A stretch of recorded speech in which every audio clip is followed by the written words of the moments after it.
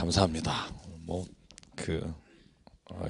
힘이 나네요. 이렇게 수술하시고도 오시고 막 이렇게 또 중3 친구도 오고 그러니까 이 사람이요 그런 것 같아요. 이게 어쩔 수 없이 육신에 거한 사람이라 사람이 좀 없으면 힘이 좀 들고요. 좀 이렇게 오시면 또 힘나고 장사에도 그러시잖아요. 그죠? 손님 있으면 아우 막 죽겠어요. 조금도 못 쉬었어요. 그러시면 얼굴을 웃어요. 근데 하루 종일 손님 없는 집 가면 뭐 힘든 일은 없는데 얼굴은 확 이렇게 처지시거든요. 왜냐하면 사람이 그래요. 그래서 저희가 왜 형제가 동거하면 어찌 그리 아름다운지요. 선하고 아름다운지요. 이 본문으로 제가 추석 때 설교 말씀 나눴지만 저는 그게 중요한 것 같아요. 그래서 우리가 함께 힘들 때, 아플 때 같이 가주고 이런 게 저는 성도 안에서 주시는 하나님의 또한 우리 육체와 우리의 어떤 인성을 향한 하나님의 은혜인 줄 믿습니다. 그래서 좀 교제하고 제가 그래서 그런 생각 요즘 참 많이 하고 있어요. 제가 교회에서 무슨 일을 할까 하다 할 때 그 생각을 정말 많이 하고 있고요. 자, 이제 11장 믿음장 하고 있어요. 자, 우리가 믿음에 대해서 지난주에 좀 길게 얘기했고요. 사실 우리가 믿음은 보이지 않지만 그러나 가장 확실한 것이고 우리 삶의 모든 것이 사실 따지고 보면 믿음 없이는 세워지는 게 아무것도 없다. 부부 간에도 마찬가지고 부모 자식 간에도 마찬가지고 우리가 살아가는 모든 거래도 그 믿음이 밑바탕이 되지 않으면 세상의 어떤 것도 흔들려서 살 수가 없다. 백십사님 수술 받으실 때 일단 의사를 믿어야 되잖아요. 칼을 들고 들어와도 내가 믿어야 사실 내 마음이 이미 그 수술에 대해서 확신이 있어야 하기 때문에 따지고 보면 하나님을 믿는 게 제일 쉽다니까요. 제가 설교 말씀한 것 중에 여러분 기억하실지 모르겠지만 우리가 하나님을 믿는 것 같지만 하나님이 우리를 믿는다. 이 얘기를 내가 늘 드리잖아요.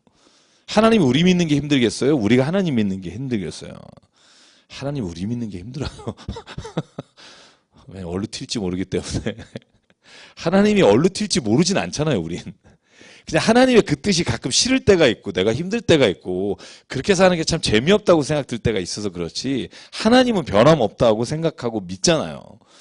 그러니까 오늘 그 믿음으로 이 반복되는 24번의 반복 중에요. 오늘은 이제 26절 이후에 한번 볼 텐데 26절까지는 모세까지 봤어요. 그죠? 믿음으로 쭉 나온 다음에 오늘 보면 제가 25절, 26절 읽었던 기억이 나요. 도리어 하나님의 백성과 함께 고난받기를 잠시 죄악의 낙을 누리는 것보다 더 좋아하고 그리스도를 위해서 받는 수모를 애굽의 모든 보화보다 더 큰 재물로 여겼으니 이는 상 주심을 바라봅니다. 아멘. 여기까지 봤고요. 자, 27절부터 한번 볼까요? 역시 모세 이야기인데요. 모세가 애굽을 이제 출애굽해서 나왔던 사건을 말하는 거예요. 그래서 애굽을 떠나 왕의 노함을 무서워하지 아니하고 곧 보이지 아니하는 자를 보는 것 같이 하여 참았으며. 이게 중요한 거죠. 여러분 왜 있잖아요. 우리가 사람을 만나지만 제가 늘 강조하는 게 뭐예요? 사람을 보지 말고 그 사람 안에 있는 하나님을 보자. 쉽지 않아요. 그렇죠?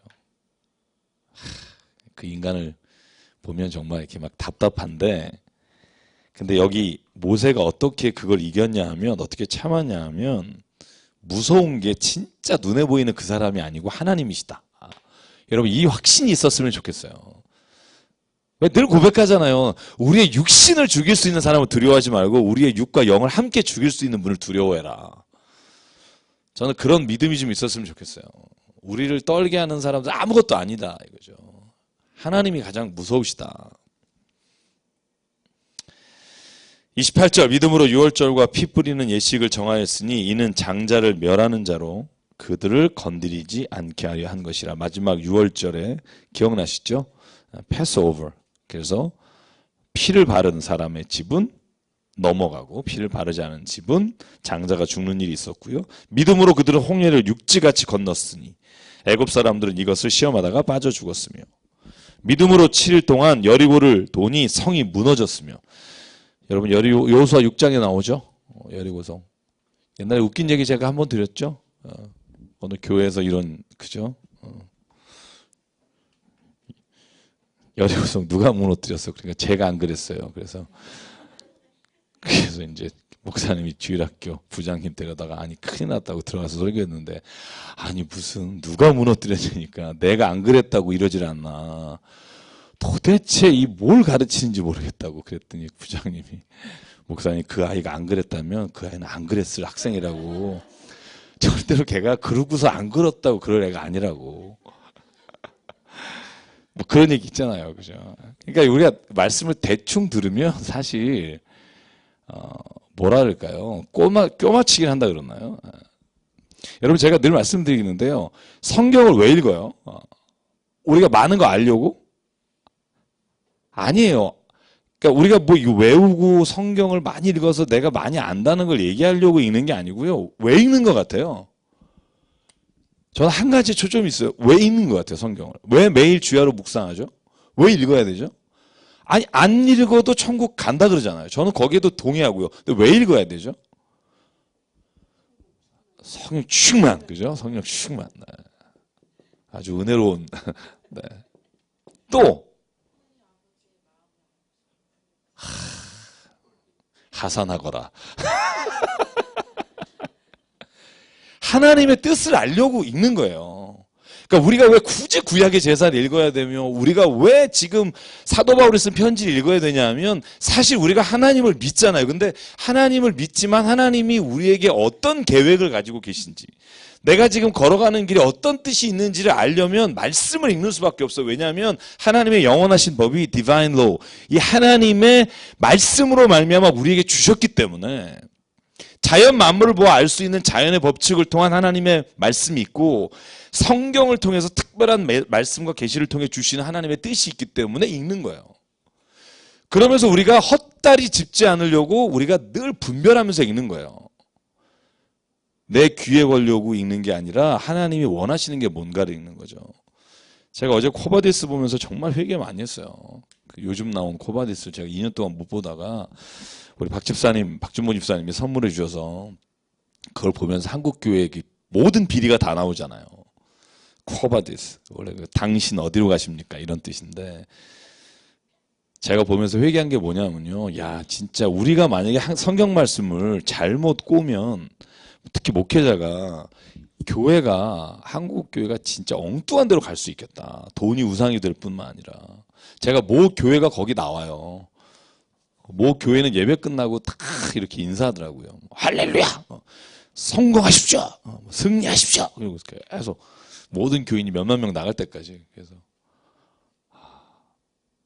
승리하고 성공하는 게 우리가 교회를 다니는 목적은 아니잖아요. 그러니까 본질을 알아야 사실 우리가 신앙생활 하면서도 기쁨이 있는데 진짜 기쁨이 있잖아요. 막 세상의 것을 오는 기쁨이 아니라 하나님을 아는 기쁨, 막 그런 거.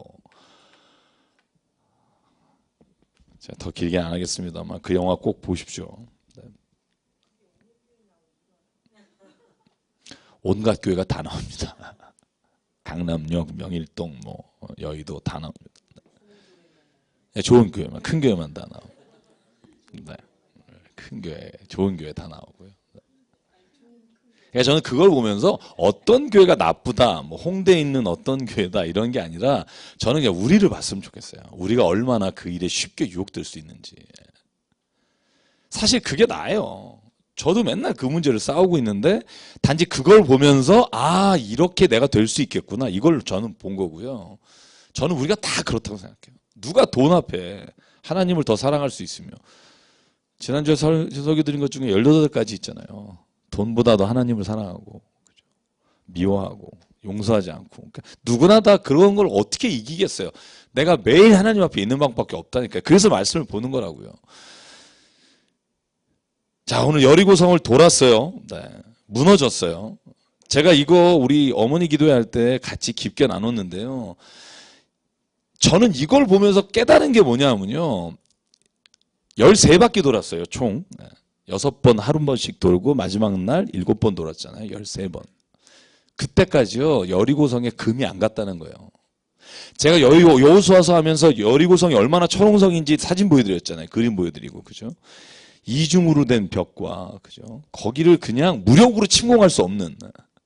그러니까 하나님이 네 방법 버리고 돌아라 하니까 여러분 돌 수밖에 없는데 돌아버리는 거예요. 왜냐하면 13번, 13번 도는데 아무런 흔적이 안 가는데 마지막 소리칠 때 무너진 거예요. 한꺼번에.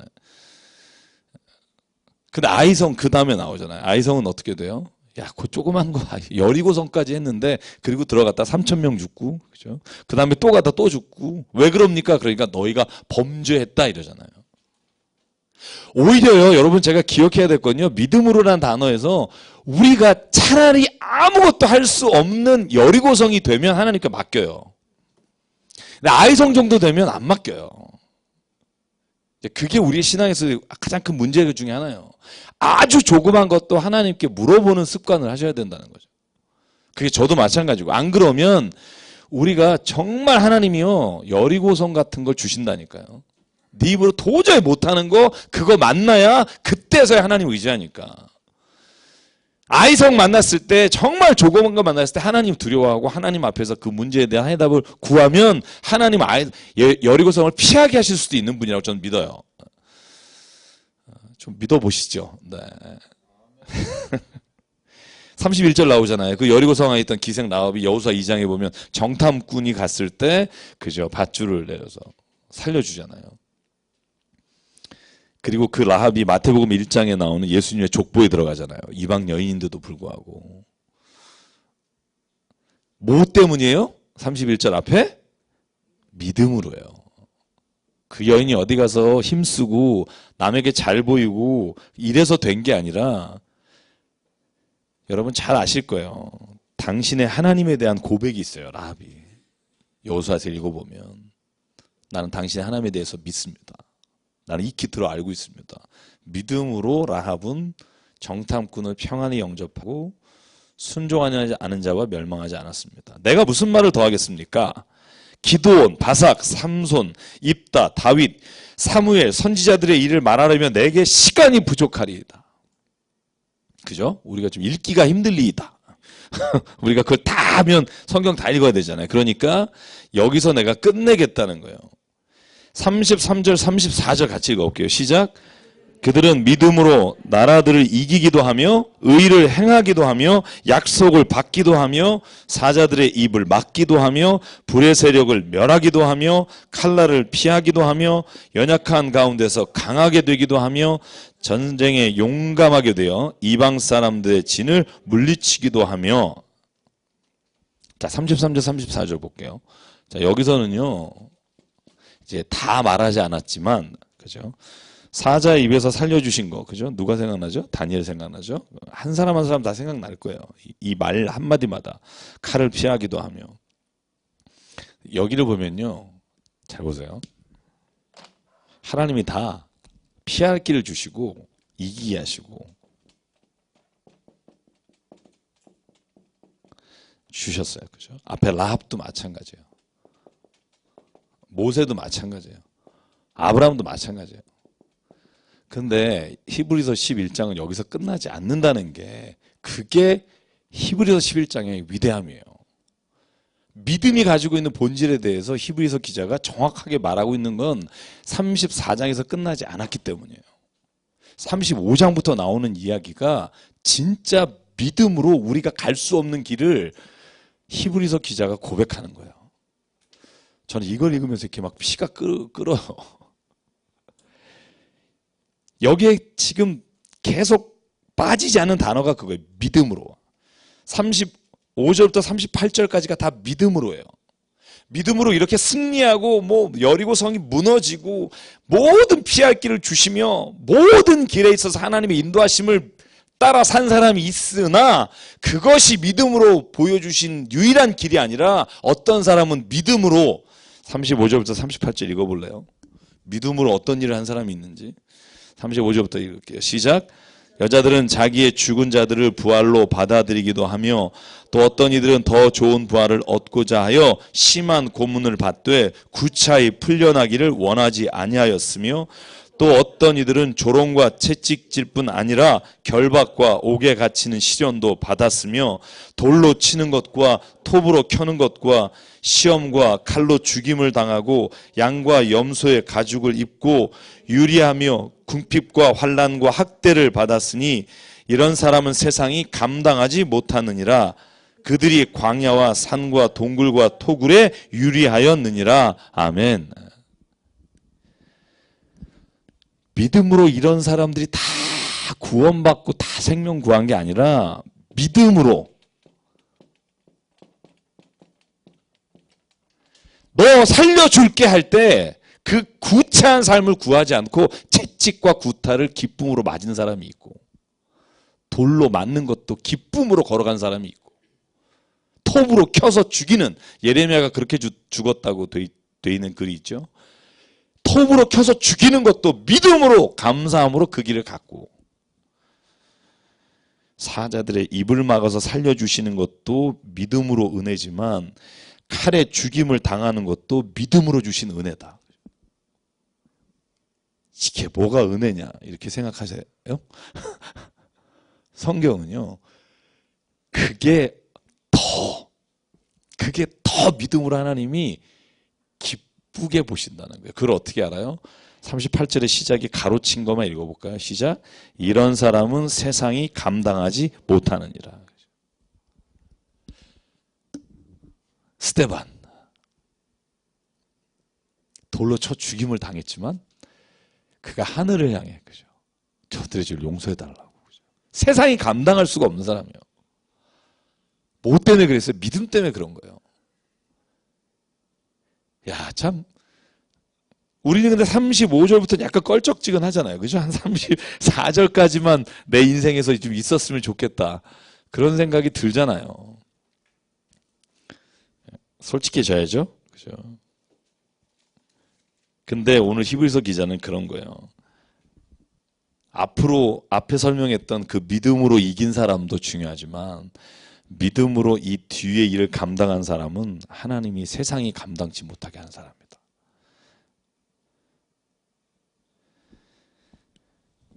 39절 40절 같이 읽죠. 시작. 이 사람들은 다 믿음으로 말미암아 증거를 받았으니 약속된 것을 받지 못하였으니 이는 하나님이 우리를 위하여 더 좋은 것을 예비하셨은즉 우리가 아니면 그들로 온전함을 이루지 못하게 하려 하심이라. 아멘. 이 말이 무슨 말인지 아세요? 다 믿음으로 말미암아 증거를 받았으나 약속된 것을 받지 못했다. 히브리서에서 약속된 것을 받지 못했다라는 말이 무슨 말이라고 그랬죠, 제가? 뭐에 관한 말이라고 그랬죠? 히브리서는 약속된 것. 그러면 하나님의 나라와 관련돼 있어요. 뒤에 그게 12장 13장에 계속 설명이 되는데 영원한 보이지 않는 그 하나님의 나라, 보이지 않는 처소, 옛 시온선, 시온산, 그렇게 설명된 거, 하늘나라의 예루살렘 이렇게 표현된 게 다 하나님의 나라에 대한 표현이고요. 쉽게 말하면 이런 거예요. 이 모든 사람들은 하나님 나라에 대한 소망과 하나님 나라에 대한 약속을 받았느니라.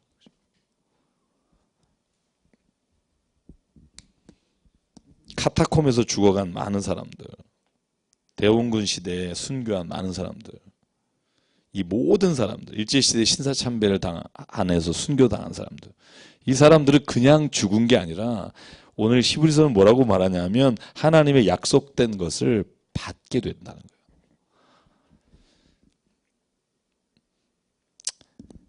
여러분 믿음으로 살기 원합니다. 한번 믿음으로 살아보자고요. 믿음으로. 어떻게 하나님이 하시는지. 제가 오늘 어떤 분에게 문자 보낼 때 그렇게 했어요. 한번 힘들지만 믿음으로 살아봅시다. 하나님이 도대체 우리를 어떻게까지 인도하실지 한번 봅시다. 한번 보고 싶잖아요. 그죠? 그러다가 뭐 여기 이제 뭐 돌로 치든지 뭐 조롱과 멸시를 받든지 뭐 어떻게 될지 모르지만 한번 믿음으로 살아서 그 증거를 남겨봅시다. 살고 죽는 것은 한 번 정하신 것인데 뭐. 그죠? 우리가 그 이후에는 부활이 있고 영생이 있습니다. 이걸 믿는다면 한 믿음으로 살아봅시다. 주저앉거나 막 그렇게 의기소침해 있지 말고요. 세상을 향해서 좀 당당하게 어깨 펴고 하나님이 나와 함께 하십니다. 이렇게 좀 선언하고 갑시다. 쪼잔하게 살지 말고.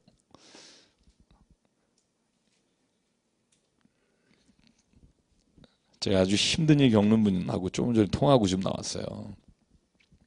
제가 무슨 말을 해야 될지 잘 모르겠어서. 주저하는데 먼저 그러시는 거예요. 이 모든 어려운 일이 다 하나님이 나를 정결하게 하시려고, 내 모든 잘못된 것을 바꾸시려고 하는 하나님이 주신 선물이라고 내가 믿고 갑니다. 이렇게 웃으면서 환하게. 그래서 내가 너무 감사하다 그랬어요. 제가 자세한 얘기는 못 드리겠지만 제가 그분 보면서도 또 이렇게 힘을 받았어요. 여러분이 이렇게 생각할 수도 없는 그런 어려움이에요. 근데 그냥 웃으면서 하나님이 여태까지 내가 숨기고 있던 걸 다 드러내셔서 하나님이 정말 더 하시려고 하는 겁니다. 이렇게 말씀하시는 걸 보니까 야, 이게 참 제가 오히려 이렇게 막 힘이 나는 거예요. 여러분 만약에 어려움이 오면 좀 그렇게 살아갔으면 좋겠어요. 이렇게 더 당당하게.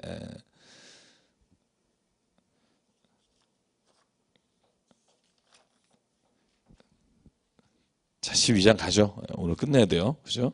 12장도 길어요. 12장도 길어요. 자, 우리가 12장도 참 많이 우리가 아는 말씀인데요. 굉장히 중요한 말씀들이 많고요. 그래서 12장, 13장까지인데 한번 읽어볼게요. 자, 1절부터 3절까지 같이 읽을게요. 시작. 이러므로 우리에게 구름같이 둘러싼 허다한 증인들이 있으니 모든 무거운 것과 얼매우기 쉬운 죄를 벗어버리고 인내로써 우리 앞에 경주를 하며 믿음의 주요 또 온전하게 하시는 이인 예수를 바라보자. 그는 그 앞에 있는 기쁨을 위하여 십자가를 참으사 부끄러움을 개의치 아니하시더니 하나님 보좌 우편에 앉으셨느니라. 너희가 피곤하여 낙심하지 않기 위하여 죄인들이 이같이 자기에게 거역한 일을 참으신 일을 생각하라. 아멘. 만약에 일을 결정하거나 살아갈 때 이거로 인해 어려움이 올 텐데, 힘들 텐데, 고난이 올 텐데, 야, 이렇게 내가 얘기하고 솔직히 말하면 이거로 인해 내가 당하는 불이익이 있을 텐데 라고 두려울 때 그러지 마라. 앞에 선진들이 이런 증거를 보여줬다. 떨지 마라. 이미 하나님은 그 모든 허다한 증기를 통해 이 일이 단순히 그냥 고난으로 끝나지 않고 하나님의 계획이 이루어지는 것을 보여주신 것처럼 너에게도 그 일이 일어날 것이다. 그렇게 선언하는 거예요. 그러니까 진짜 무서워야 될 건 뭐냐 하면 얼매우기 쉬운 죄와 무거운 것, 그것을 네가 취하지 마라. 죄를 취함으로 인해서 오는 유익보다 그걸 거절함으로 인해서 오는 때로는 세상의 고난이 더 기쁜 일이다. 여러분 그런 고민 안 하세요? 죄가 이렇게 딱 있어요. 뭐 사람마다 다 다르겠지만 요걸 가지면, 그렇죠? 취하면 이게 돈일 수도 있고요. 뭐 이게 사람일 수도 있고요. 인간관계에 있는 죄일 수도 있고요. 또 내 안에 있는 어떤 정욕일 수도 있고요.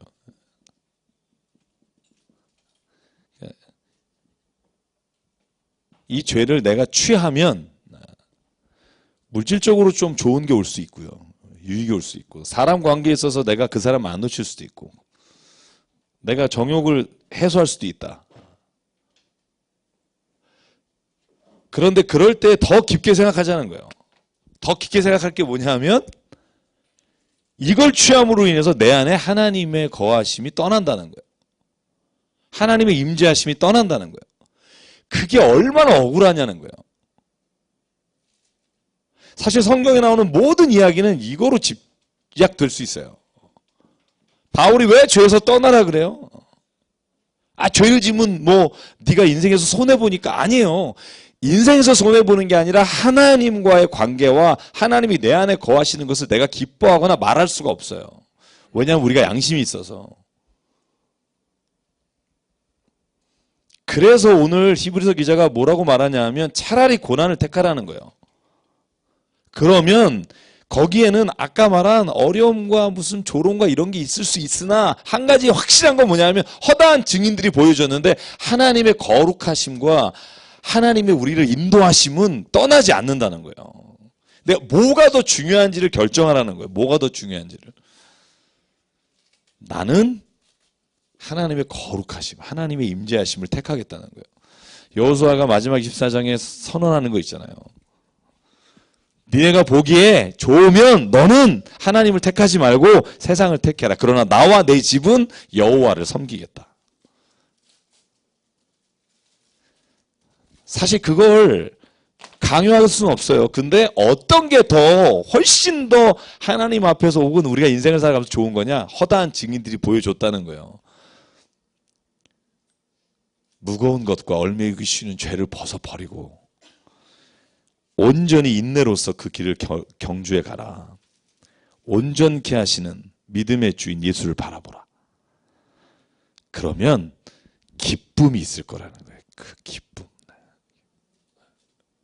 제가 늘 말씀드린 것 중에 하나요. 죄를 짓는 기쁨이 쏠쏠하지만 죄를 이기는 기쁨은 장난 아니다. 제가 갤럭시 탭 산 얘기 드렸잖아요. 그죠? 유혹을 이겼을 때 내 안에 주신 하나님이 나를 향한 자존감, 그런 것들이 훨씬 더 세상이 주는 것보다 크다는 걸 인정하고 내 안에 확신이 될 때 우리가 이 모든 것을 믿음으로 이길 수 있어요. 그 확신이 없으면 이길 수 없어요. 매 때마다 고민하고요. 매 때마다 이걸 어떻게 해야 되는지 한번 그냥 딱 결정을 하고 그 길을 가라는 거예요. 예수님이 어떻게 십자가 참았는 줄 아니? 십자가는 힘든 거야. 십자가가 안 힘들 수는 없어. 부끄러운 거야. 조롱하고 침뱉고 따귀 때리고. 근데 말이야, 그 뒤에 있는 기쁨을 아셨다는 거예요. 그거예요. 사실 우리가 약간 말상대할 필요도 없는 그런 사람들한테 조롱당하거나 막 삿대질 당하면 기분 되게 나쁘지만 그 사람을 내가 말로 이기거나 패서 넘어뜨려서 얻는 승리보다 그런 일을 당한 것을 내가 이겼을 때 그때 내게 주신 하나님의 기쁨이 훨씬 크다는 거예요. 모든 분들이 그래요. 이기고 침뱉고 따귀 때려서 승리하고 와서 저한테 하시는 말씀이 아 목사님 내가 오늘 또 이렇게 했어요 하고 마음이 괴로워해요. 양심이 살아있다면. 그렇죠? 살아있지 않으면 뭐 승리의 개가를 부르겠지만 제가 지난주에 만난 얘기 드릴까요? 어떤 분 만났어요? 누구라고 얘기는 안 할게요. 막 우는 거예요. 엉엉. 왜 우냐면요. 자기가 싸워서 이겼어요. 참다 폭발하니까 걔가 욕한 거에 4배를 해준 거예요. 야이 뭐, 차이콥스키 막 이러면서 이제 확 해서 이겼어요. 근데 와서 저한테 뭐라 하냐면 내가 예수 믿는 사람 맞는지 제가 그랬어요. 속 시원히 한번 잘해줬다고. 근데 그러고 나서 괴로울 거면 차라리 져주는 게 낫다.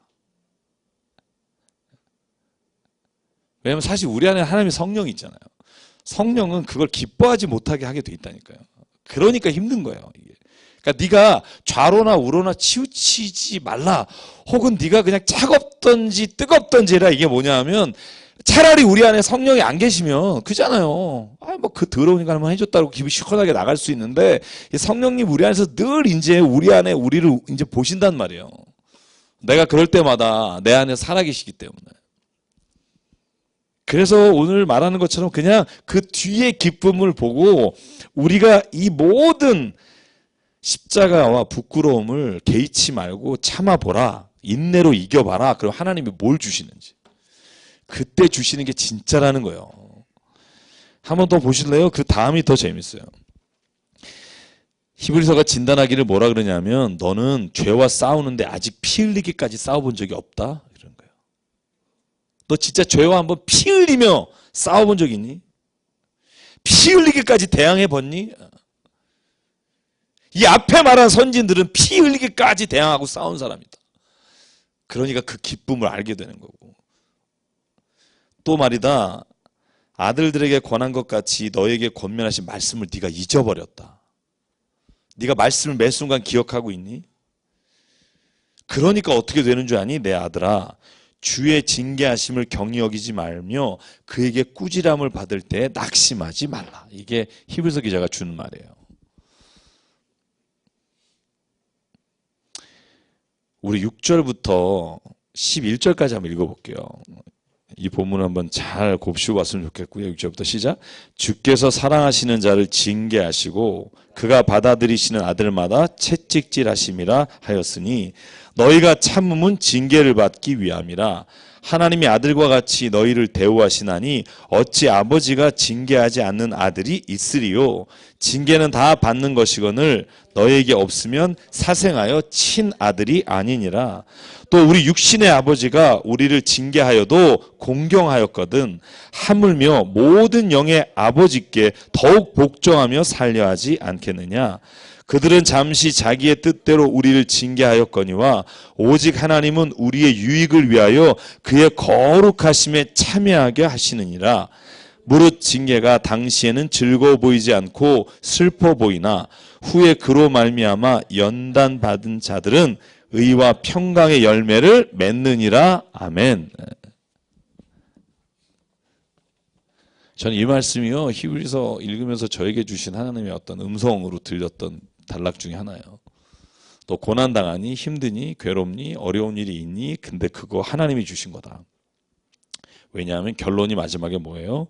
너를 거룩하심에 참여하게 하기 위해서. 인간은요, 그리스도인은 행복을 위해 살지 않습니다. 만약에 우리가 개인적으로 내가 원하는 쾌락과 행복을 위해 사는 게 목적이라면 우리가 말씀대로 살 필요가 없어요. 절대로 하나님의 말씀대로 살았을 때 내가 원하는 쾌락과 행복을 얻지 못해요. 죄송합니다. 제가 확신합니다. 하나님의 뜻은 우리에게 행복을 주기 위해 그대 내게 행복을 주는 사람, 이게 하나님이 아니에요. 하나님이 우리에게 주시는 게 뭐냐면 행복이 아니라 하나님이 우리에게 거룩함을 주시는 거예요.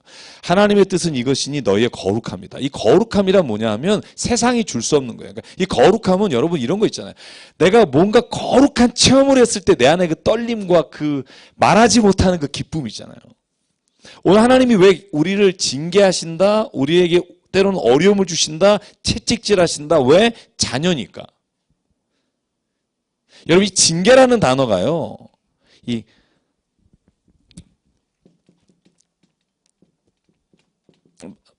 파이데이아라는 헬라어예요. 이 헬라어의 뜻이 뭐냐면 징계라고 번역되는 것보다 훨씬 많은 번역이 뭐냐면 디시플린이에요. 훈련이란 단어. 우리가 징계라고 하니까 이 단어가 굉장히 우리를 막 힘들게 하고 막 억지로 이런다고 생각하지만 훈련이란 단어하고요. 교육이란 단어예요. 여러분 디모데후서 3장 16절 기억나세요? 모든 성경은 하나님의 감동으로 기록된 바 교훈과 책망과 바르게 함과 의로 교육하기에 그때 교육이란 단어가 파이데이에요. 그러니까 쉽게 말하면 이제 이 본문을 바꿔보면 그래요. 하나님이 사랑하는 자에게 훈련을 시키신다는 거예요. 아들에게 육신의 아버지가 훈련시켜요. 왜? 그 아들이 잘 되게 하려고.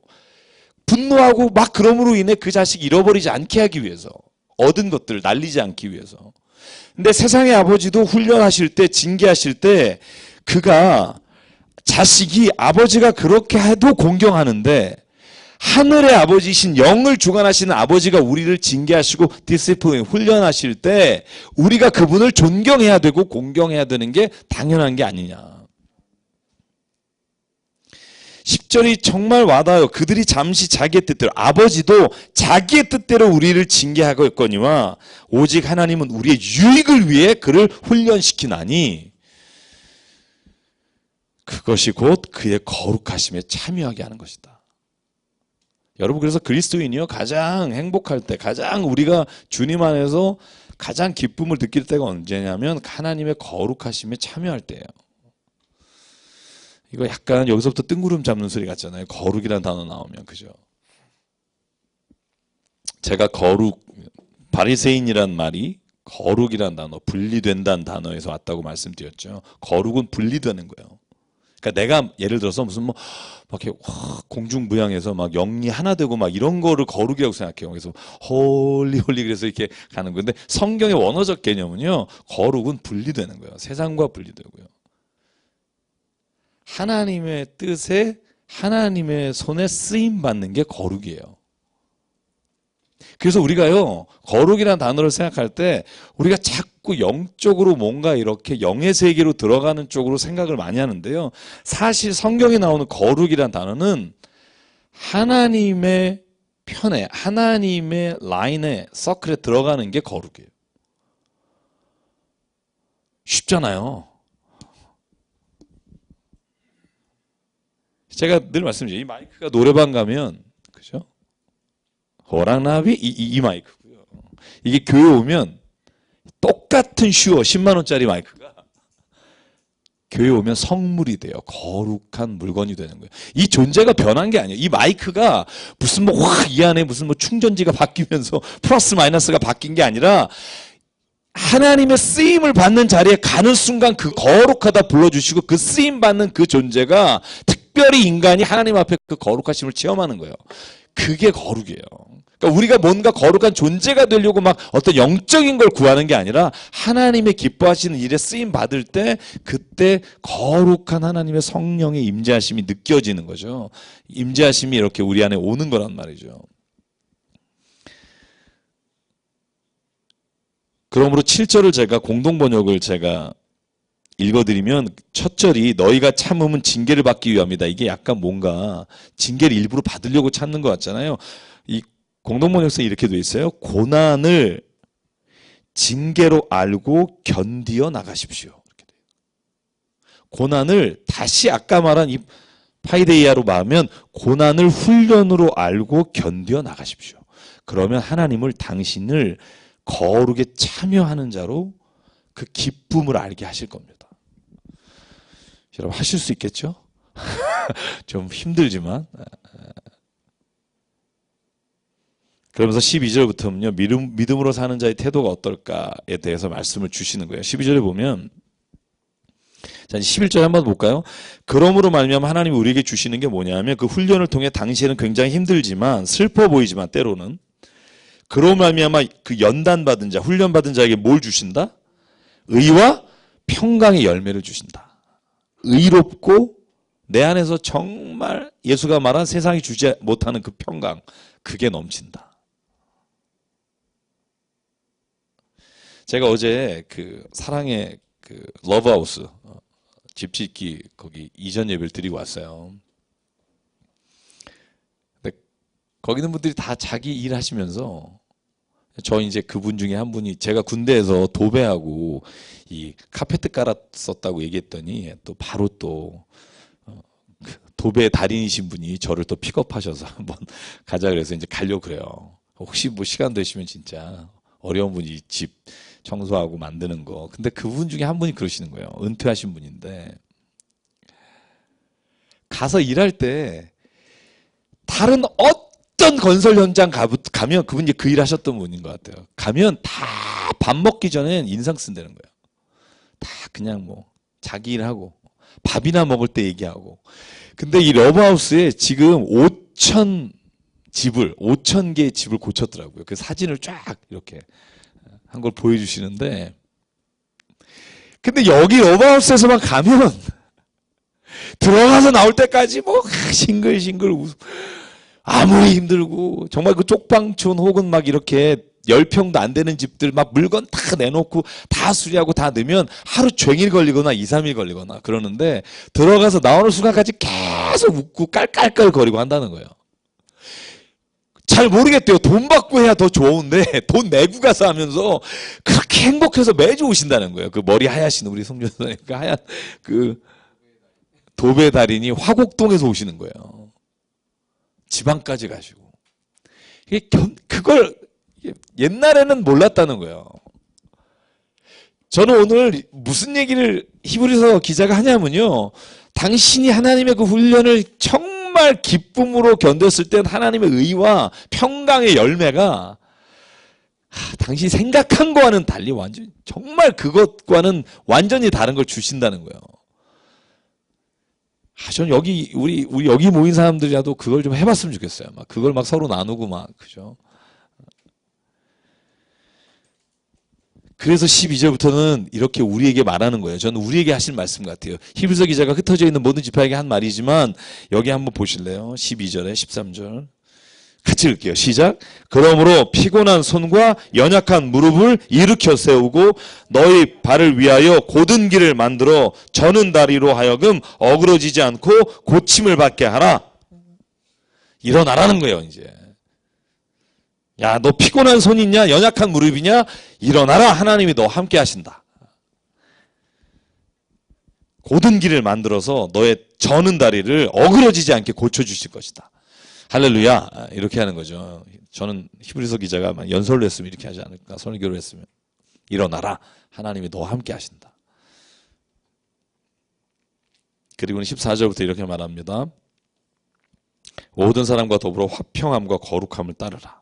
이것이 없이는 아무도 주를 보지 못하리라. 15절 16절 같이 읽을게요. 시작. 너희는 하나님의 은혜에 이르지 못하는 자가 없도록 하고 또 쓴 뿌리가 나서 괴롭게 하여 많은 사람이 이로 말미암아 더럽게 되지 않게 하며 음행하는 자와 혹 한 그릇 음식을 위하여 장자의 명분을 판 에서와 같이 망령된 자가 없도록 살피라. 아멘. 네가 아무리 주의를 해도 화평함과 거룩함이 없으면 헛일이라는 거예요. 인상 쓰면서 기쁘지 않게. 그러면 오히려 아무도 그 일을 통해 주를 보지 못한다는 거예요. 그 다음이 더 뼈아파요. 쓴뿌리가 나면 네 안에서 그 쓴뿌리가 나서 어떤 것을 하면 그 사람들을 괴롭게 할 뿐만 아니라 많은 사람이 그런 말미암아 더럽게 된다는 거예요. 두려워요. 저도 이 쓴뿌리. 제가 좋아하는 한 뿌리. 그죠? 병원 신방 갈 때 한 뿌리. 그죠? 쓴뿌리. 한 뿌리가 있어야 돼요. 늘 제가 기도하는 게 쓴뿌리가 나오지 않게 해달라고. 제가 저희 아버님 교회 그 예전에 저희 장로님 중에 한 분이 그런 분 있어요. 새벽 예배 한 번도 안 빠지세요. 공장에서 일할 때마다 예배 드리고 이발하세요. 주일도 정말 하루 종일 봉사하세요. 근데 한 번 수틀리면요 멱살 잡고 욕하고 막 이게 너무 심하니까 이게 이제는 그분이 기도를 해도 그 기도가 두려워요. 기도 많이 하시면 또 저 흥분을 더 싸우는데 쓰시지 않을까? 등치도 저보다 더 크세요. 굉장히 크신데 너무 좋아요. 막 말을 그렇죠. 우리가 주의 뜻대로 해야죠. 그렇죠. 주님이 오늘 우리 기도하는데 말씀하셨어요. 뭐 그러다가 이렇게 의견이 안 먹고 이런 그러면서 막 그러면 제가 이렇게 보면 약간 무슨 생각이 드냐면요. 제가 어렸을 때부터 약간 그런 상처가 좀 있잖아요. 아버님이 기도원 하시고 제가 20년 가까이를 그 일 보조하면서 느낀 그 자괴감, 기독교 믿는 게 뭘까라는 생각. 뵈면서 그런 생각했어요. 차라리 기도 안 했으면 좋겠다. 왜냐하면 기도하는 게 오히려 사람들에게 덕이 되는 게 아니라 기도하는 것 때문에 사람들이 그러는 것 때문에 기도하는 거를 굉장히 두려워해요. 기도하면 저렇게 될까? 뭐 이런 느낌인지 모르지만 기도하는 걸 굉장히 두려워하는 게 있어요. 그러니까 저는요 이제 알겠어요. 왜냐하면 제가 가지고 있는 쓴뿌리를 아니까 아 그분도 진짜 하나님께서 만지시는 과정이구나. 이걸 내가 지금에야 깨닫지만 그 당시에는요. 왜냐하면 내가 어린애가 나이 많으신 장로님을 보는데 도저히 이해가 안 가요. 왜 저러지? 예수님이 그 안에 계시나? 막 이런 고민들이 많았는데 지금은 오히려 제가 이해가 가요. 제가 더 나가면 제가 아버지를 요즘 이해한다니까요. 아버지가 왜 그러셨지? 목사가? 되고 나니까. 목사 됐다고 다 그래 되는 건 아니에요. 이제 아버지를 이게 막 좀 이해할 것 같아요. 아버지가 얼마나 자기하고 싸우셨을까. 저는 오늘 이 히브리서 기자의 말씀에 귀를 기울여야 돼요. 쓴뿌리가 나서 괴롭게 하여 많은 사람이 이로 말미암아 더럽게 되지 않게 해라. 늘 깨어 있어야 합니다. 17절 너희가 아는 바와 같이 그가 그 후에 축복을 이어받으려고 눈물을 흘리며 구하되 버림바 되어 회개할 기회가 얻지 못했다. 이게 누구 얘기냐면 에서 얘기예요. 제가 오늘 이거 읽으면서 생각한 것 중에 하나가 뭐냐면 우리는 야곱이 속였다고 생각하잖아요. 저는 계속 그렇게 말씀을 읽었는데 오늘은 이 관점이 뭐냐면 에서가 팥죽 한 그릇에 하나님의 그 축복을 버렸다는 거예요. 초점이 다르더라고요.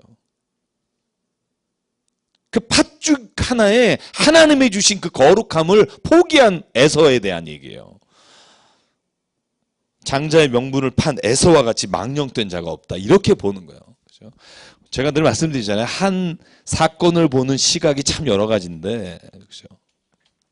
우리가 야곱을 볼 때는 그가 속이는 자라라고 보며 그가 돌이켜 회개하는 장면을 보지만 에서의 입장에서 봤을 때 하나님이 주신 그 귀한 것을 귀하지 않게 여긴 거, 이게 더 큰 거라는 거예요. 히브리서 기자가 오늘 말하는 게 그거예요. 그는 오히려 돌이키지도 못했고 눈물을 흘리며 야곱을 껴안았으나 그러나 그가 회개의 기회를 얻지 못했다. 하나님 앞에서. 저는 이걸 귀담아 좀 들었으면 좋겠다는 생각을 해요. 속여서 뺏는 것도 나쁘지만 하나님의 자녀가 되는 권세를 내 스스로가 버리는 것이 하나님의 입장에서 볼 때는 더 큰 죄일 수 있겠다. 왜냐, 그 귀한 것을 우리에게 맡겨주셨는데 그 귀한 것을 모르는 것을 하나님 원치 않으신다라는 생각을 하게 되고요. 그러므로 너희는 만질 수 있는 28절부터 29절 말씀은요, 우리가 두 가지를 생각해야 돼요. 앞에서 말한 것 중에 우리가 이거 있죠. 출애굽과 성막 그리고 예수 그리스도와 보혈의 피를 비교했잖아요. 여기는 시온산과 시온산이 이제 모세가 율법 받은 산이라고 볼 수 있고요. 하나님의 영원한 하늘나라의 예루살렘.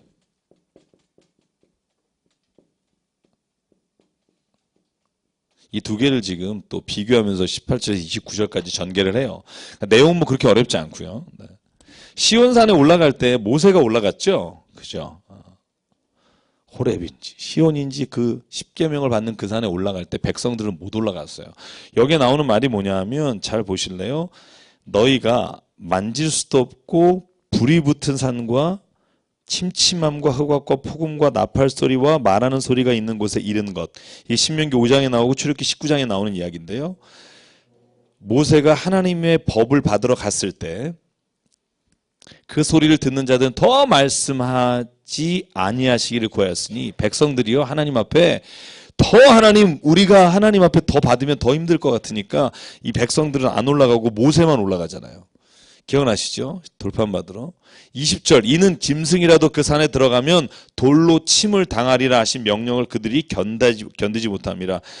여러분 출애굽기 19장 12절과 13절에 짐승이라도 이 산에 오면 돌로 쳐 죽게 될 것이다 이런 말이 나와요. 짐승도 마찬가지고 사람도 마찬가지고 그 말을 오늘 여기서 반복하는 것이고요.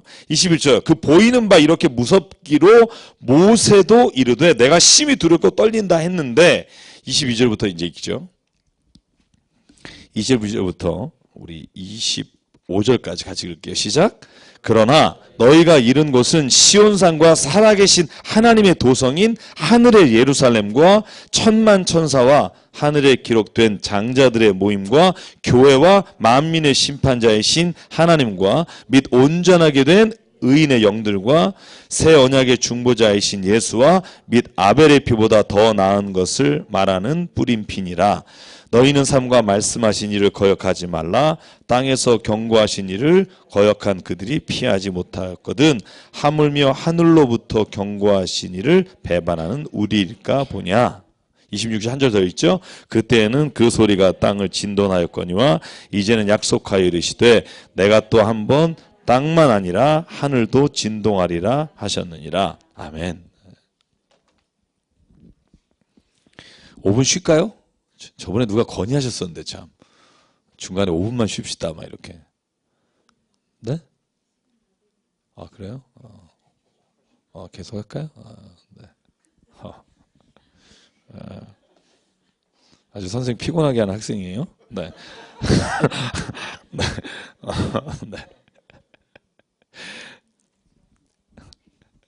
자, 두 개가 제가 요즘 학교 강의 나가면 중간에 꼭 휴자 그러더라고요. 그래서 생각났었어요. 또 저번에 한번 얘기한 분 있고. 자, 시온산과 하늘나라 예루살렘을 말하면서 시온산에서 이 땅에서 율법을 받을 때도 하나님께서 그 떨림이 있었다는 거예요.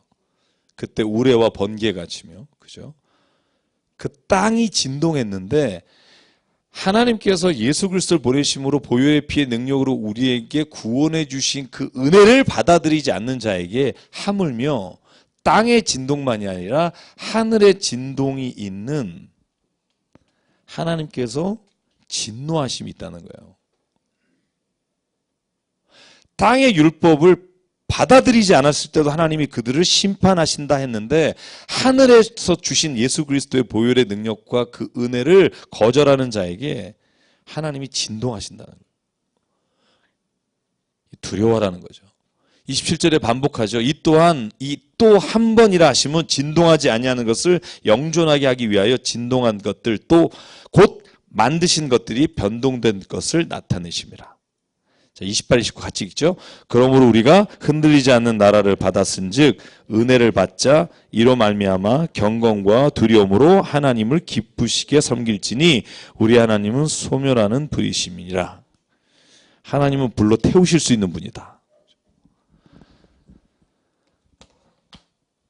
그렇죠? 하나님, 만약에 우리가 믿는 그 하나님이 우리를 천지를 창조하시고 우리의 모든 것을 다 심판하실 수 있는 분이라면 사실은 무서운 분이죠.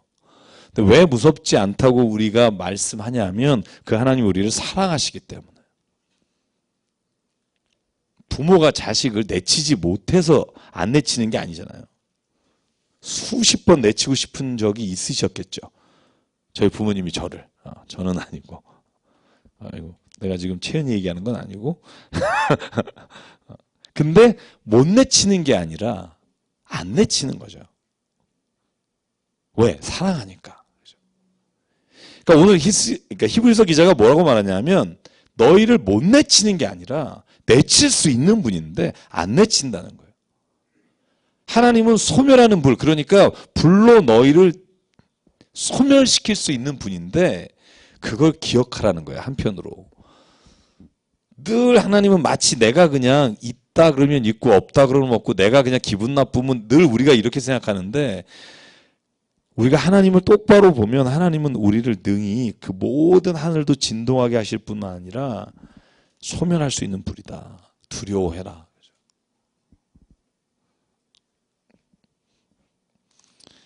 그리고 13장 넘어갈게요. 오늘 끝내야 합니다.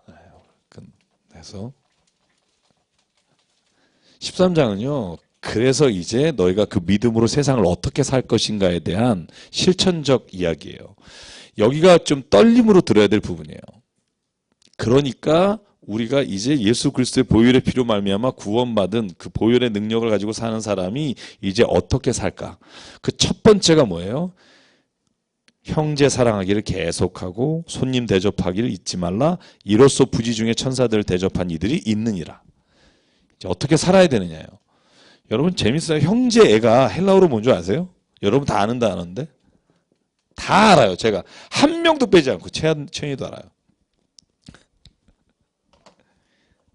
형제애가 뭐 어떤 단어인지 아세요? 저도 헬라어로 쭉 보면서 되게 웃었어요. 여태까지 잘 못 보다가 미국에 있는 한 도시 이름이에요. 뉴저지 밑에 있는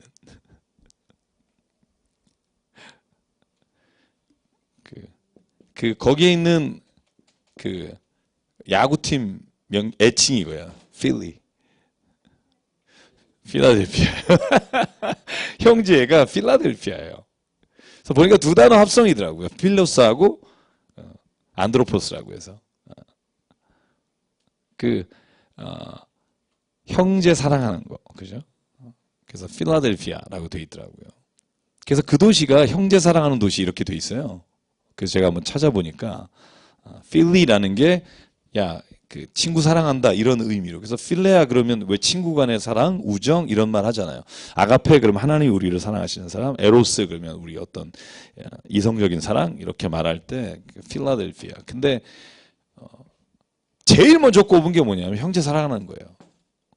네가 진짜 예수님 잘 믿니? 예수 그리스도를 말미암아 보혈의 구원의 확신이 있니? 형제를 사랑해라. 그리고 네가 모르는 손님을 대접해라. 부지불식간에 손님을 대접하다가 하나님, 천사를 대접한 게 있다. 성경에 나오는 게 뭐죠? 아브라함과 사라가 그죠? 손님을 대접했는데 그들이 하나님의 보내신 사람이었죠. 그리고 너희가 임신할 거다. 이 얘기를 전달받았죠. 그죠? 여러분 톨스토이의 사람이 무엇으로 사는가에 나오는 구두방에 찾아온 그 구두 수선해 준 사람이 누구예요? 천사잖아요. 그리고 하루 종일 창밖을 기다리면서 도대체 하나님 온다는데 왜 안 오는 거야? 그 나중에 저녁에 아니 왜 하나님 오신다더니 안 왔어요? 그랬더니 뭐라 그래요? 내가 갔었는데 네가 나 고쳐줬잖아. 신발도 고쳐주고 네가 눈 오는데 내가 지금 거리 쓸고 있을 때 네가 나 도와줬잖아. 그죠? 전 톨스토이의 제가 1년 365일 행복 일기 쓴 거를 제가 책 위에 올려놓고 그걸 매일은 못 봐도 이렇게 제가 뭔가 생각할 때 이렇게 열어보는데요. 기가 막힌 거죠. 부지불식간에 내게 온 손님이 하나님이 보낸 천사일 수 있다. 여러분 이거가 믿음이 됐으면 좋겠어요. 저희가 성지순례 갔을 때 박상희 집사님 우리가 천막 거기 갔을 때 그 사람 베두인들이 설명한 게 그거잖아요. 우리는 무조건 사막에서 광야에서 손님이 오면 그 사람이 누군지 묻지 않고 종족과 종교와 아무것도 묻지 않고 우리는 그 사람에게 식사를 대접하고 잠을 제공한다. 왜냐하면 그가 하나님이실 수 있기 때문에.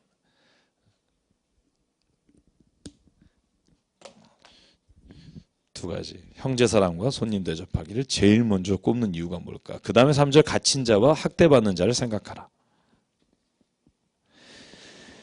결혼했다면 결혼을 귀히 여기고 침소를 더럽히지 말고 음행하는 자들과 간음하는 자들을 하나님이 심판하실 것이다. 5, 6절 돈을 사랑하지 말고 있는 바를 족한 줄로 알라. 그가 친히 말씀하시기를 내가 결코 너희를 버리지 아니하고 너희를 떠나지 아니하리라 하셨느니라.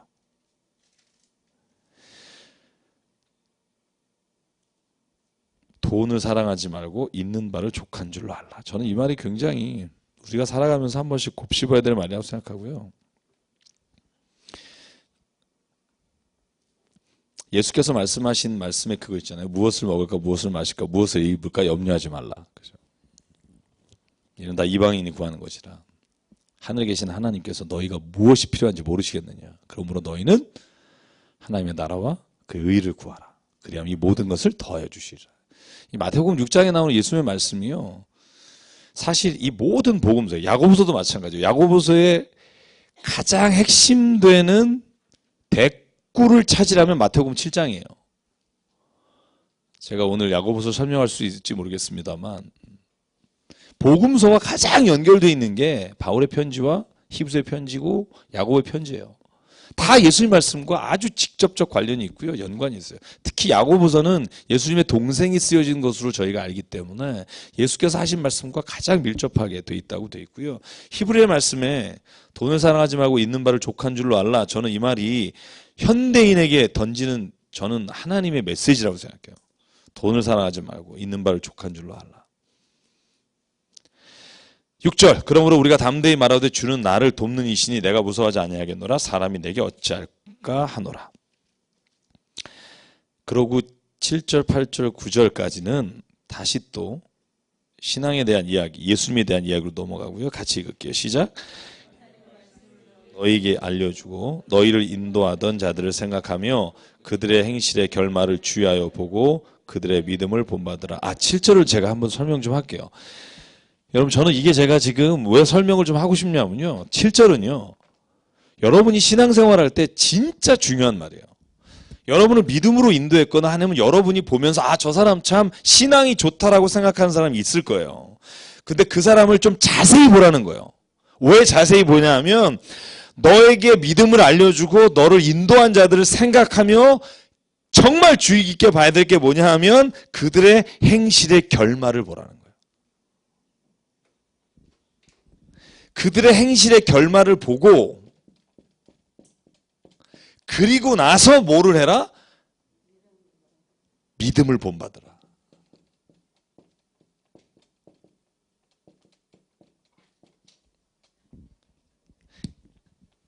저는 이게 굉장히 저는 야고보서하고도 히브리서가 믿음장, 우리가 11장을 말하지만 히브리서에 말하는 핵심은 정말 바울의 서신이나 야고보나 다 동일하게 뭐냐면 너희가 너에게 믿음을 주고 하나님의 말씀을 알려주고 그것으로 막 말하는 사람을 보지 말고 그들의 행실의 결말을 보고 그 사람의 믿음을 본받을까 아닐까를 결정하라는 거예요.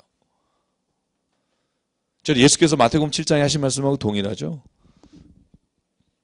열매를 보아 그 나무가 뭔지 알겠다. 그죠? 열매가 없으면 아무리 나무가 요란해도 하나님 보시기에는 아무것도 아닌 거라는 거예요. 그 열매가 뭐예요? 전 성령의 9가지 열매, 갈라디아서 5장 22절일 수도 있고요. 아니면 우리가 행함을 통해서 맺는 열매일 수도 있고요. 어쨌든 그 결말이 뭐냐 하면 예수께서 하나님이 우리를 보시는 인생의 열매인 거예요. 그러니까 전기천 목사가 이렇게 성경을 막 아는 척해도 날 믿지 말라는 거예요. 내 행실의 결말이 더러우면 그냥 깨끗이 지우라는 거예요. 참 좋은 말 했는데 아까운 사람이네. 이렇게 생각하시고 그 믿음을 본받지 말라는 거예요. 말하고 나서 괜히 했다는 생각이 드네요. 주의깊게 안 들으실 것 같은 생각이 갑자기 들면서 또 명심까지 뭐 하실 건 없을 것 같고요. 네. 네.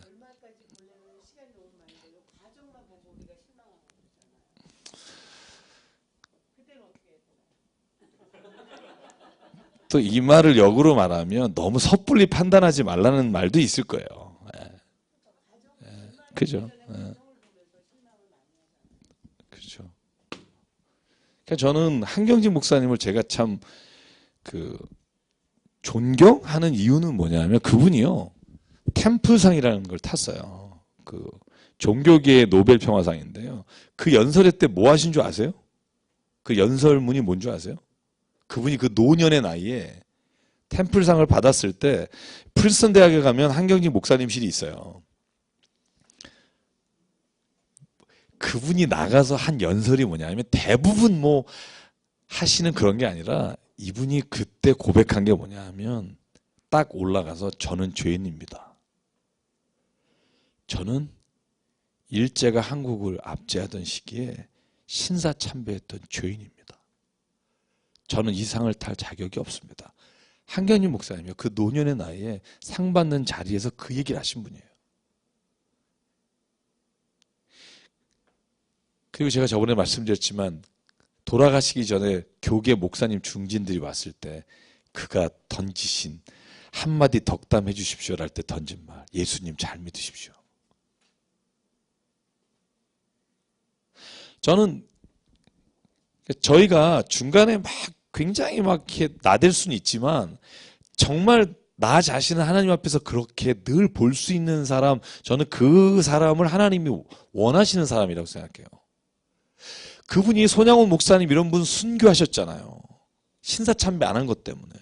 그분이요 2 아들을 죽인 사람을 자기의 양아들로 삼은 것도 대단하지만 그분이 해방되기 얼마 전에 1년 전인가 배교하지 않겠다고 신사참배 안 한 것 때문에 옥중에서 돌아가시거든요.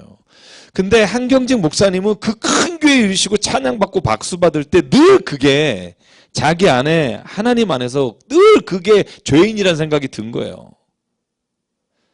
저는 그러니까 죄를 짓고 너 죄졌지 할 때 야, 흠 없는 사람이 어딨냐? 흠 있으니까 더 은혜로운 거 아니야? 막 이렇게 설교하는 분 있어요. 홍대에 계신 어느 분.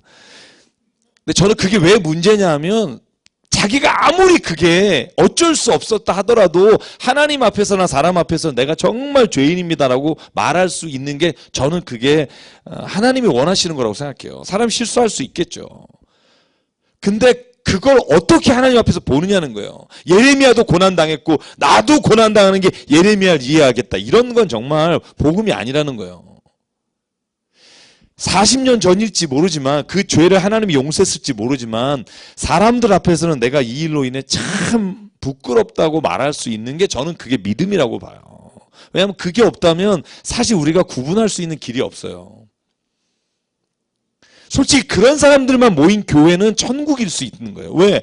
내가 때로는 실수하고 화내거나 아니면 뭐 할 수 있지만 그러나 결국 내가 하나님 앞에서 나를 돌아보며 내가 정말 미안하다고 말할 수 있는 게 천국이잖아요. 천국과 지옥이 먼 게 아니에요. 엄청나게 다른 게 아니에요. 젓가락 긴 거 가지고 먹이는 거 보면 안다잖아요. 지옥은 그냥 이러다가 못 먹고 천국은 이렇게 먹여준다. 별거 아니에요. 그러니까 천국과 지옥을 사는 게 엄청나게 다른 어떤 객관적으로 엄청난 무슨 증거가 있는 게 아니라 똑같은 것을 어떻게 보느냐에 따라 천국이 될 수도 있고 지옥이 될 수 있다니까요. 가족도 그렇고 교회도 그렇고. 말 한마디예요. 비수꽂고 아무렇지도 않고 디 엔드 오브 스토리. 지가 맞을 짓 했어 이러면 거긴 지옥이고요. 만약에 서로가 그런 어떤 얘기를 했다 하더라도 그것이 찔림이 돼서 하나님 앞에 고백하는 곳은 천국이 되는 거예요. 더 은혜가 되는 거죠. 부족한 것을 서로 고백할. 그래서 바울의 말씀이 맞다니까요. 강함이 아니라 약함이 드러날 때 하나님이 그걸 통해 일하신다니까요. 그 약함이라는 게 나는 못해요가 아니라 내가 그것을 하나님 앞에서 드러내고 말할 수 있는 자리가 천국인 거예요. 가족이 지옥인 게 뭐예요? 네가 얼마큼 하나 보자 이렇게 팔짱 끼고 있으면 다 지옥인 거예요. 서로 이렇게. 누군가 한 사람이 거기에 무릎 꿇는 일이 일어나게 되는 게 천국인 거고요. 그걸 내가 해야 된다는 게 기분이 안 좋은 거죠. 가끔. 죄송해요. 제가. 네.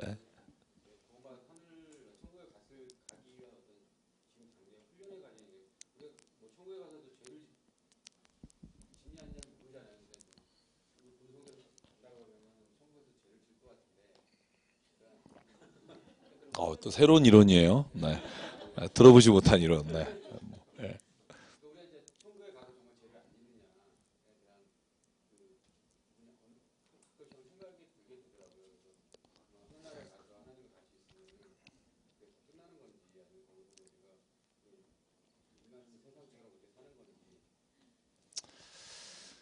일단 새하늘과 새 땅이 오면 사자굴에 손을 놓고요. 뱀 있는 곳에, 그죠? 지금의 본성과 다른 어떤 우리의 육신이 아니라 영의 육신을 갖게 된다. 뭐 이런 표현하죠. 그 부활체라고도 말하는데 사실 우리가 하늘나라에 대해서 얘기하는 모든 얘기는 우리가 확신하며 말하기는 어려운. 바울이 이런 얘기하죠. 야, 땅의 것을 말해도 모르는데 하물며 하늘 것을 내가 너에게 말해봤자 네가 알겠냐? 저는 이 말이요. 이해가 가요.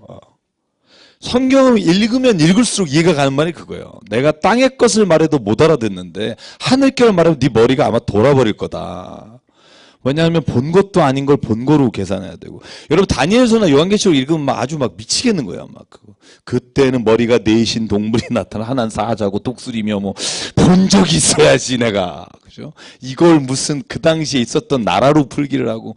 근데 이런 거예요. 그런데 확실한 거 한 가지는 있는 거죠. 하늘나라에는 눈물이 없고 거기에는 싸움이 없고 미움이 없고 슬픔이 없고. 그러니까 그것이 어떻게 오는지를 설명해봤자 우리가 알 수 있겠어요? 그건 믿음인 거죠. 그러니까 지금 말씀하시는 대로요. 우리가 이 땅에서 하늘나라 사는 방법이 뭘까 하는 거죠. 저는 성경이 말하는 메시지의 초점인 것 같아요. 하늘나라에 가는 건 그냥 하나님께 맡기고 그 나라가 되는 건 하나님께 맡기고 여기에서 하나님의 나라를 사는 길이 뭘까? 저는 오늘 히브리서 기자가 하시는 말씀이 그런 거죠. 그렇게 생각해요. 제가 모른다 그래서 괜히 또 다녀오셨다는 분 이런 말씀을 듣지 마십시오. 제가 확언컨대 99.999는 가짜입니다. 아니면 자다가 헛걸 봤거나. 왜 확신하냐면요. 사도 바울도 얘기 안 한 거거든요. 사도 바울이 삼층천을 다녀온 이후에 내가 그 나라를 봤지만 말하지 않겠다. 왜 말하지 않았을까? 저는 이유가 있다고 생각해요. 성경에 하늘나라 갔다 와서 말한 사람 있으면 얘기해 보세요. 요한계시록에 여러분 아포칼립토, 묵시 혹은 이렇게 보는 거 이게 하늘나라 갔다 온 얘기 같으세요?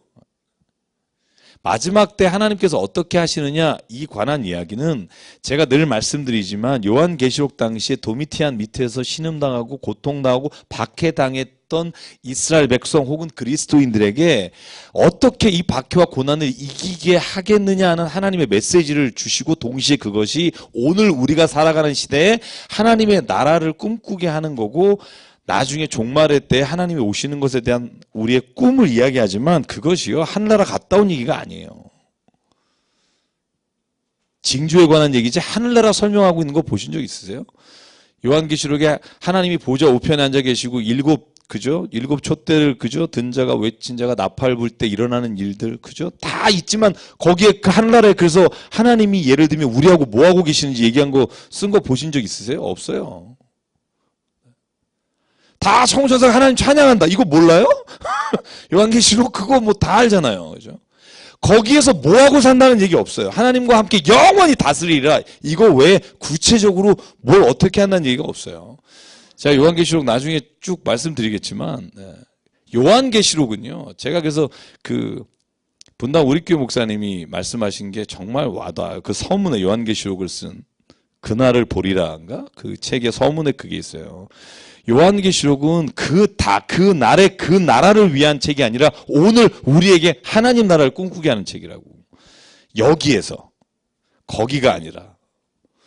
저는 그게 굉장히 좋은 표현이라고 쓰고요. 나중에 제가 요한계시록 준비하고 있는데요.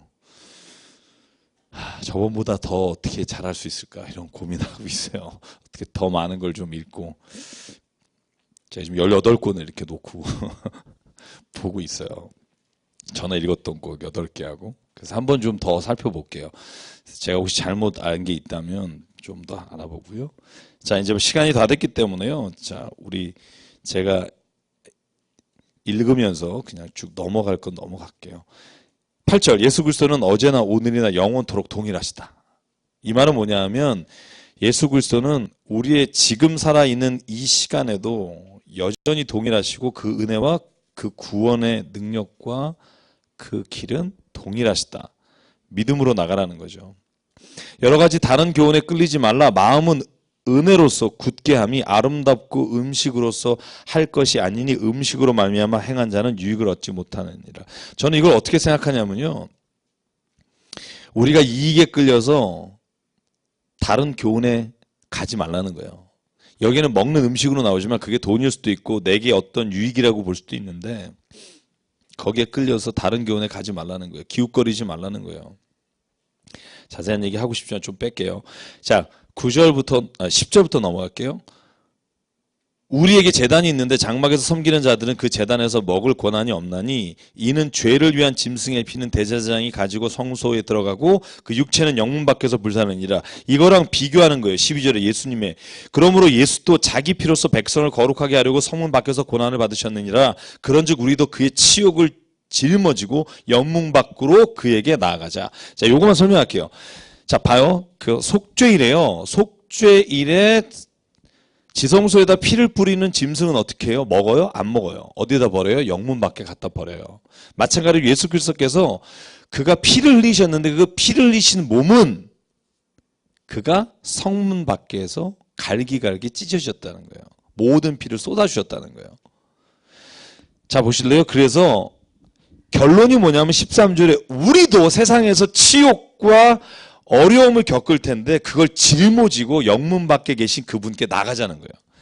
우리도 그 일을 감당하자. 우리가 예수께서 가신 그 길을 우리도 같이 걸어가자. 우리 일어나길 원합니다. 네. 십자가를 지려면 내가 져야 한다. 제가 스님들도 그랬다니까요. 싸우다 보면 한 사람이 십자가 내가 지겠다 그러면 문제 해결된다 그랬잖아요. 교회도 마찬가지고 모든 일에 십자가를 지는 사람 한 사람만 있으면 그 문제는 해결돼요. 누구도 안 지려고 하니까 너무 이성적으로 똑똑하니까 사실 문제가 해결이 안 돼요. 바보스럽고 미련한 한 사람이 있으면 그 문제가 해결돼요. 저는 그 바보스럽고 미련한 사람이 먼저 목회자였으면 좋겠고 그 다음에 먼저 우리 모든 직분 받으신 분들로 내려갔으면 좋겠어요. 그러면 거기에는 하나님께서 행하신 일들이 일어날 거예요. 반드시. 저도 그걸 위해서 늘 기도하고 있고요. 그러므로 16절 오직 선을 행함과 서로 나눠주기를 잊지 말라. 하나님은 이 같은 제사를 기뻐하시니라. 제가 여기는 좀 짚고 넘어가야 돼요. 여러분 이거 잘 보세요. 이 제사가 우리는 각을 떠서 짐승을 드린다고 생각하잖아요. 근데 오늘 히브리서는 제사가 뭐라 그래요? 선한 일을 행하는 것과 서로 나눠주는 게 제사라 그래요. 하나님은 이 제사를 진짜 좋아하신다. 여러분 사무엘의 이야기가 떠오르지 않아요? 사무엘상 17장인가요? 뭐죠? 13장인지 17장인지 그 사이에 있을 텐데 하나님이 기뻐하시는 제사는 수양의 기름이나 그런 게 아니라 뭐다? 순종하는 것과 하나님의 말씀에 청종하기를 기뻐하는 거예요. 그러니까 우리가 제사 그러면 우리가 막 예수 왜 드려야지? 좋아요. 예배죠. 근데 예배라는 게 결국은 우리가 형식을 가지고 리추얼하게 어떤 예식을 드리는 게 예배다라고 생각하지만 성경이 말하는 예배는 굉장히 다양해요.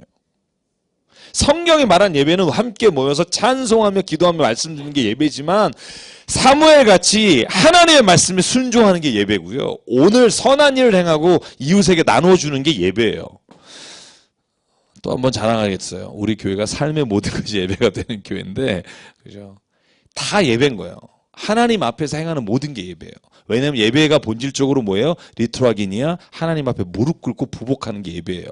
원어적 개념을 보면. 그러니까 내가 만약에 내 삶의 자리에서 다른 사람과 내가 만나는 모든 일에 리트라기니아 무릎 꿇고 하나님 앞에 부복하면 그게 예배라는 거예요. 집에서도 마찬가지고 어디서나 이 예배가 있는 거예요. 선한 일을 행하는 것도 예배고 저는 이 말씀이 오늘 꼭 있으면 좋겠고요. 그 다음에 말은 부탁의 말씀이에요. 그 다음에 부탁의 말씀. 제발 날 위해서 기도해 다오. 18절. 우리에게 선한 양심을 따라 일하지만 날 위해 기도해 다오.